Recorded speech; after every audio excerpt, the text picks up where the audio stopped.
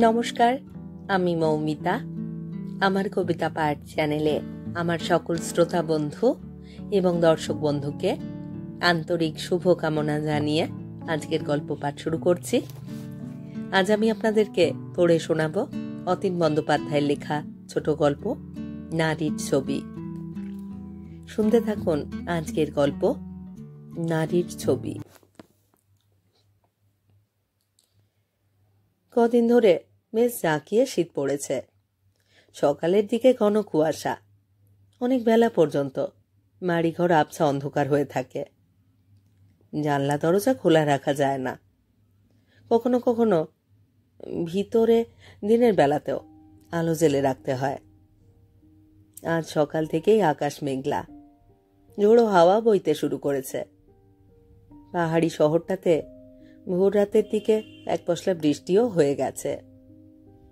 শীতকাল নয়, হেমন্তের সময়, তবু বড় শীতে কাবু হয়ে পড়েছিল মিলু। র্যাপার বের করতে হয়েছে। সকাল থেকেই র্যাপার মুড়ি দিয়ে জানালার পাশে বসে উল বুনছিল। আর কাপের পর কাপ চা, না হয় কফি। সোম বাড়ি থাকলে সে খুশি মতো খায় দায়। প্যান্ট্রিতে সামাদ খুশি মতো মেমসাবের জন্য খানা বানায়। আসলে সোম বাড়ি না থাকলে মিলু কেমন যেন আলগা হয়ে যায় সংসার থেকে। একা একা এত বড় বাংলো বাড়িটাতে সে কি করবে ভেবে পায় না। আউট হাউসে সুপারকে যখন তখন ডেকে পাঠায়, কখনো নিজে ড্রাইভ করে চলে যায় কোনো সমতল উপত্যকায়। তারপর কোনো ভুট্টা ক্ষেত থেকে দুষ্টু বালিকার মতো ভুট্টা চুরি করে ছুপি ছুপি গাড়িতে এসে বসে। কাঠ পাতা সংগ্রহ করে আগুন জ্বেলে ভুট্টা পুড়িয়ে খায়, আর নিজের ছেলে মানুষের জন্য হা হা করে হাসে। মিলু উলের কাঁটা রেখে মুখ তুলতেই দেখল জানলার ওপাশে আবছা মতো একজন মানুষ দাঁড়িয়ে। কে? সোম কি তবে ফিরে এলো অসময়? ও তো বলে গেছে 10-12 দিনের কমে কাজ শেষ করতে পারবে না। ফিরবার সময় গাজিয়াবাদ হয়ে আসবার কথা। কাছের জানালা কুয়াশায় ভিজে কেমন এক রহস্যময় ছবি তৈরি করে রেখেছে। সে তাড়াতাড়ি উঠে জানালার ছিটকিনি খুলে দিতেই কোনো অপরিচিত মানুষের মুখ। সোজা এতটা ভিতরে এসেছে, অথচ সোফার অজিত কিংবা মালি নন্দ কিছুই জানে না। এমনকি ভিতরে কোনো খবরও পাঠায়নি। ভাবতেই অবাক লাগে। সে জানালায় মুখ বাড়িয়ে কিঞ্চিত বিরক্ত, কিঞ্চিত ক্ষুব্ধ এবং কিঞ্চিত হতবাক গলায় বলে, কাকে চান? সোম আছে? সোমপ্রকাশ? না, তিনি তো নেই। লোকটি ইতস্তত করছিল। বেশ লম্বা মানুষ, মুখে কিছুটা অস্বস্তি ফুটে উঠেছে, যেন ভেতরে ঢোকা উচিত কাজ হয়নি। হাতে বড় একটা অ্যাটাচি, সেটা নিচে নামাচ্ছেও না। শুধু বলল, ভেবেছিলাম ওকে পাবো। আচ্ছা, এখানে ভালো কোনো হোটেল কোন দিকে গেলে পাওয়া যাবে? এতক্ষণ মিলু মানুষটার অবয়ব খুঁটিয়ে খুঁটিয়ে দেখছিল। মজবুত গড়নের মানুষ, চোখ ভারী উদাস এবং কিছুটা ভ্যাবাচাকা খাওয়া মানুষের মতো। অস্থানে কুস্থানে পড়ে গেলে মানুষের যা হয়।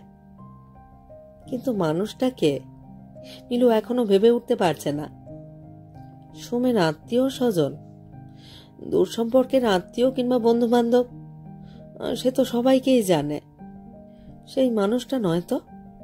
সোমের বিয়েতে রাগ করে যে আসেনি, যার কথা উঠলেই বলতো ভাগলা আছে, কবে কি কথা দিয়েছিলাম তাই মনে করে অভিমান। মিলু এবার দরজা খুলে বাইরে বের হতেই কনকনে ঠান্ডা বাতাসে র্যাপার উড়িয়ে নিয়ে গেল। ঝোড়ো বাতাস। মানুষটা বারান্দায় প্রায় শীতের তখন ঠকঠক করে কাঁপছিল। মিলু বেশ জোরেই হাঁকল, সামাদ, এদিকে এসো। আপনি ভিতরে আসুন।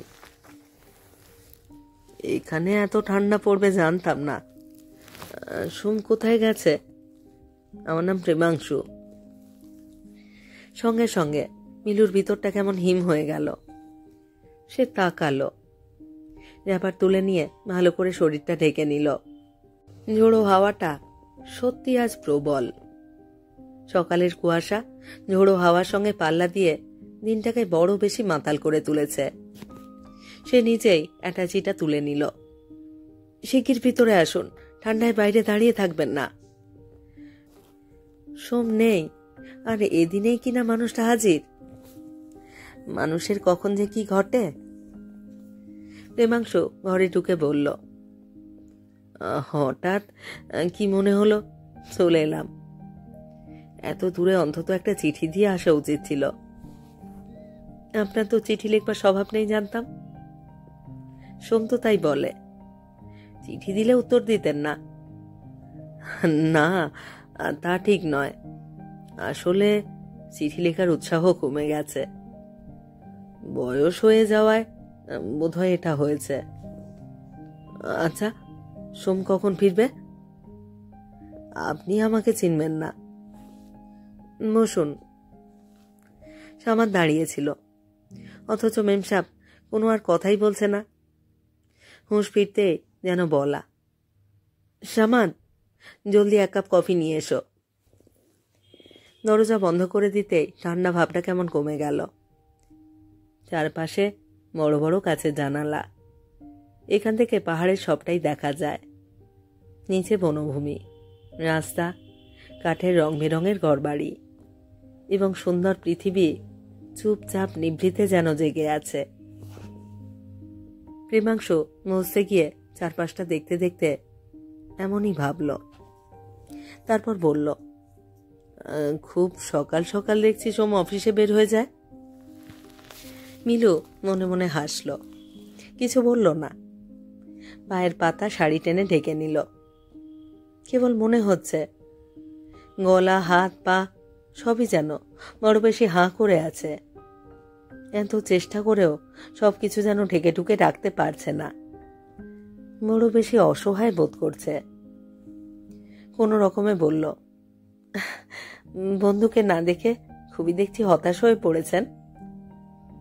কতদিন দেখা নেই, মনে হয় কতকাল। 10টা বছর পার হয়ে যেতেই মনে হলো সোমের সঙ্গে বড্ড ছেলে মানুষই করে ফেলেছি।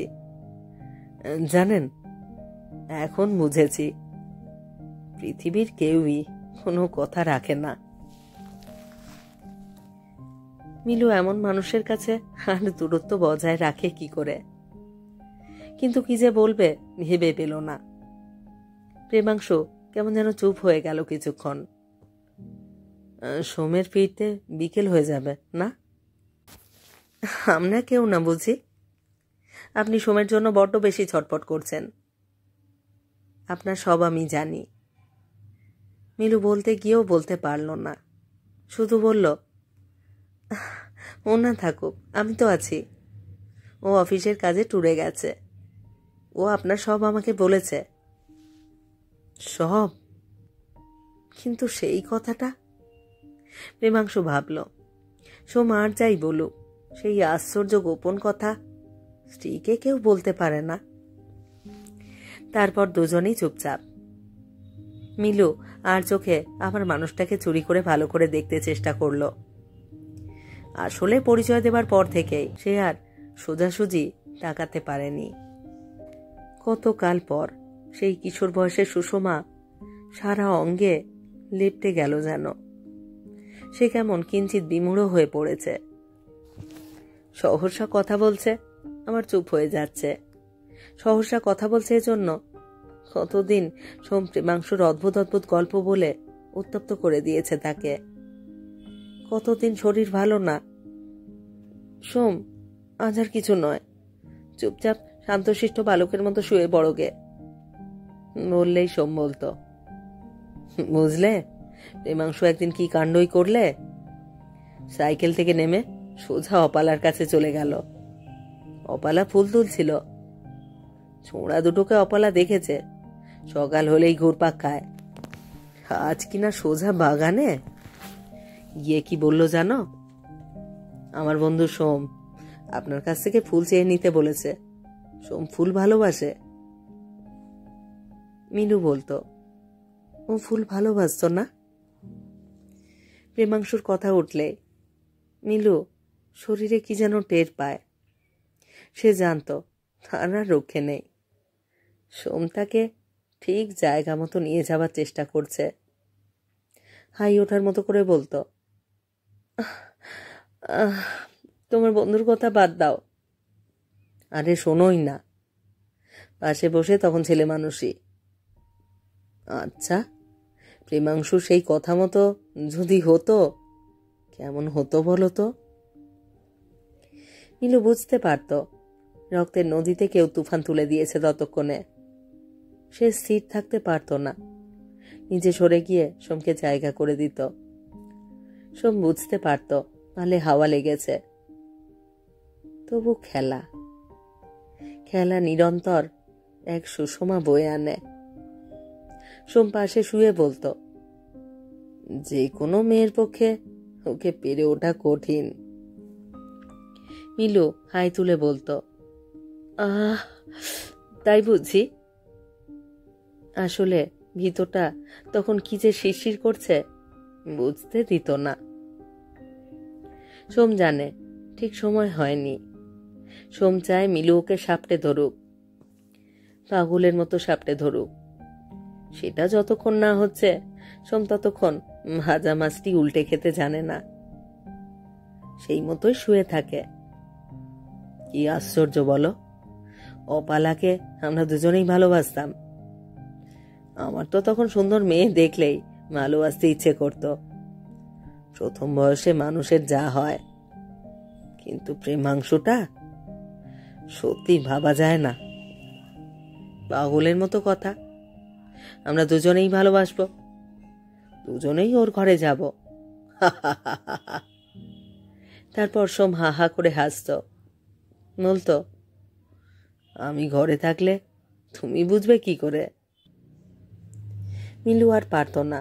দুপায়ের ভাঁজ আলগা হয়ে যেত, শিথিল হয়ে পড়তো শরীর, চোখে জ্বালা ধরে যেত। মিলু জানে এরপর সোম তাকে আর কি বলবে।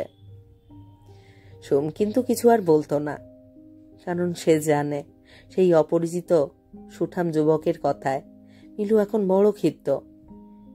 বাকিটা যা করবার মিলুই করবে। মিলু অধৈর্য হয়ে বলতো, এই কি? জুতো জোড়া দেখে কেউ কখনো ঘরে ঢোকে নাকি? সোম পাশ ফিরে শুত, বলতো, ওর সঙ্গে আমার এমনই কথা হয়েছিল। আমরা একজনকেই ভালোবাসবো, একজন জুতো রেখে গেলে অন্যজন আর ঘরে ঢুকবে না। মিলু আর পারত না। তোমার বন্ধুটি সত্যি পাগল। তারপরে সোমের উপরে ঝাঁপিয়ে পড়ত, সোমকে লণ্ডভণ্ড করে দিয়ে একসময় পুরোপুরি শিথিল হয়ে আসত। সোমের হাজার কথায় ও আর সাড়া দিত না। যেন জুতো জোড়া বাইরে রেখে যে এসেছিল সে সোম নয়, প্রেমাংশু। মিলু বলল, আপনার কোনো অসুবিধা হবে না, আমি আপনাকে খেয়ে ফেলবো না। বলেই মুচকি হাসল। এখন আর আকাশ মেঘলা নয়, ঝোড়ো হাওয়াটাও আর নেই। বিকেলের দিকে কফি দিতে এসে মিলু প্রেমাংশুকে এমন বলল যে সে দূরের সমতল ভূমির দিকে তাকিয়ে থাকল। বিস্তৃত দিগন্ত আর কত ছোট বড় পাহাড়, কোথাও নদীর রেখা মরিচিকার মতো চিকচিক করছে। সোম নেই, এখানে থাকা ঠিক হবে কিনা বুঝতে পারছে না, কিন্তু মিলু ভারী মিষ্টি মেয়ে, সহজেই নিজের করে নিতে জানে। তারপরই মনে হলো, যদি তাই হতো। সোম আর সে ঠিক করেছিল অপালাকে দুজনেই ভালোবাসবে, দুজনেরই এক স্ত্রী, যেন এতে কোনো দ্বিধা না থাকে। বন্ধুত্ব এবং ভালোবাসা দুই ছিল তখন জীবনে অপরিহার্য। আর এখন কোথায় অপালা, কোথায় সোম? যৌবন ঝাই ঝাই শুরু করেছে। তবু অনেকদিন সোম আর সে ছিল নদীর দুই পাহাড়ের মতো। তারপর মানুষের যা হয়, জীবন বিচ্ছিন্ন হয়ে গেল, সেও সোমের কাছ থেকে বিচ্ছিন্ন হয়ে গেল। দুজনের এক নারী বিষয়টা কত যে গোলমেলে ধীরে ধীরে মাথায় ঢুকতে থাকলো। কিছুদিন সে কবিতা লিখল, কিছুদিন ছবি, তারপর কিছুদিন বেহালা। এবং এভাবে সে জানত এক নারীর জন্য বড় হাহাকার বাজছে। সোম লিখেছিল, আমি বিয়ে করেছি, তুমিও করে ফেলো। কিন্তু তার কেন যে আর করে ফেলা হলো না। আসলে নারী তার কাছে সম্ভ্রমের বিষয়। সে অপালাকে ছাড়া আর কাউকেই ভালোবাসতেই পারল না। একটা পাখি উড়ে গেল তখন। মিলু এসে বলল, চলুন না একটু ঘুরে আসি। প্রেমাংশু বুঝতে পারছে এই নারীর কাছে তার ইচ্ছা অনিচ্ছার কোনো দাম নেই। সে মিলুর কথা মতো লনে নেমে গেল। তারপর গাড়িতে উঠবার সময় পেছনের সিটে বসবার উদ্যোগ করতেই মিলু বলল, ওখানে আপনি কেন বসবেন? কার পাশে বসবেন? বন্ধু তো নেই, সামনে আসুন। প্রেমাংশু পাশে বসলে মিলু গাড়ি নামিয়ে নিয়ে গেল নিচে। বলল, অপালার জন্য আর বিয়েই করলেন না? প্রেমাংশু কেমন চমকে উঠল, তাকালো মিলুর দিকে। পাশ থেকে মিলুকে আরো সুন্দর লাগছে। হালকা নীলাভ স্কার্ফ গলায়, সাদা জমিনের উপর জরির কাজ করা শাড়ি, ফুলহাতা ব্লাউজ, পায়ে মোজা। এত শীত তো নেই, যেন সবটা ঢেকে না রাখলে প্রেমাংশুর কাছে তার মর্যাদা থাকবে না। এবং ভারী মনোরম সুবাস বয়ে বেড়াচ্ছে গাড়ির ভিতর। হালকা হাওয়ায় মিলুর চুল সামান্য ওড়াউড়ি করছে। সে বলল, খুব ধীরে ধীরে বলল, সোম তোমাকে অপালার কথা দেখছি তবে বলেছে? মিলু বাজারের মতো জায়গায় গাড়িটা থামিয়ে বলল, সোম খোলামেলা মানুষ, গোপন করতে জানে না। সোমকে এজন্যই খুব ভালো লাগে। তখনই প্রেমাংশু বলল, ও চলে গেলে তোমার খারাপ লাগে না? একা একা ভালো লাগে? খুব ভালো লাগে। যা দোষী মানুষ, বরং ঘুরে টুরে এলে সোমকে আবার নতুন মনে হয়। আমি তখন আপনার বন্ধুকে নিয়ে কি যে করি না। প্রেমাংশুর চোখ মুখ লাল হয়ে উঠল। অন্যমনস্ক হবার ভঙ্গিতে বলল, এখানেই তোমাদের বাজার হাট? নীলু কিছুটা হতাশ গলায় বলল, হ্যাঁ, বাজার হাট। আসুন, আপনি কি খেতে ভালোবাসেন আমি জানি। আর বারবার বলছি, ও না আসা পর্যন্ত যেতে পারবেন না। সোম তাহলে ভীষণ রাগ করবে। প্রেমাংশু একজন দর্শকের মতো মিলুর সঙ্গে হেঁটে বেড়ালো। মিলু এটা কিনলো ওটা কিনলো, কিনতে পারলেই খুশি। একজন লোকের জন্য এত দরকার, প্রেমাংশুর আগে তা জানা ছিল না।